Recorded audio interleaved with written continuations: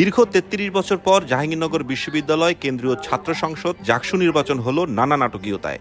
বৃষ্টির দিনে উৎসবমুখর পরিস্থিতিতে নির্বাচন শুরু হলেও আসতে শুরু করে ভোট গ্রহণের নানা রকম অভিযোগ। ভোট জালিয়াতি, অমোচনীয় কালি না দেওয়া সহ নানা অভিযোগে নির্বাচন বয়কট করে কয়েকটি প্যানেল। বৃহস্পতিবার গড়িয়ে ভোট গণনা গড়ায় শুক্রবারেও, সেখানেও ঘটে অনাকাঙ্ক্ষিত এক ঘটনা।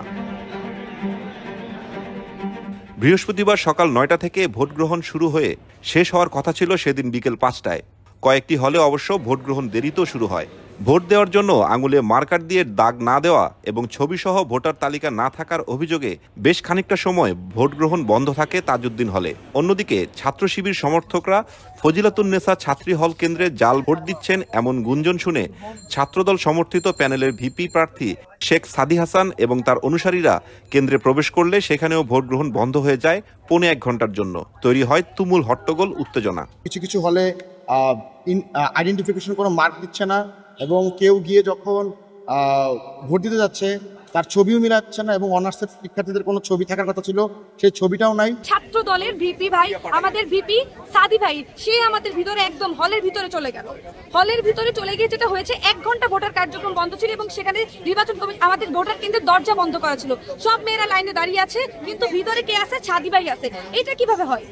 বিকেল থেকে অনিয়ম ও কারচুপির অভিযোগ তুলে শুরু হয় একের পর এক নির্বাচন বর্জনের ঘটনা।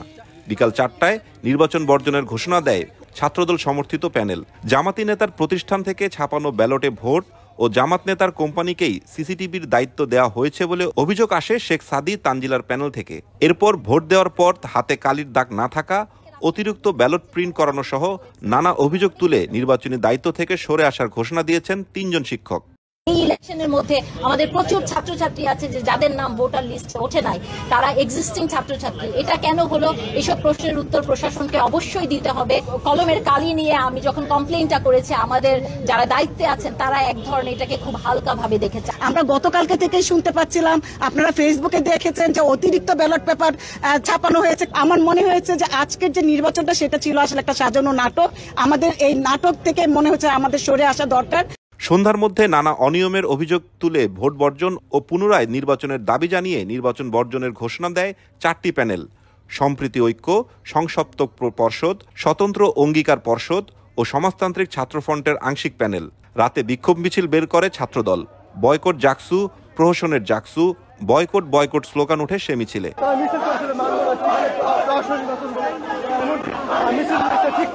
আমরা এই অনিয়মের নির্বাচনকে বয়কট করছি এবং দ্রুত, সুষ্ঠু ও গ্রহণযোগ্য প্রক্রিয়ায় পুনর্নির্বাচনের দাবি জানাচ্ছি।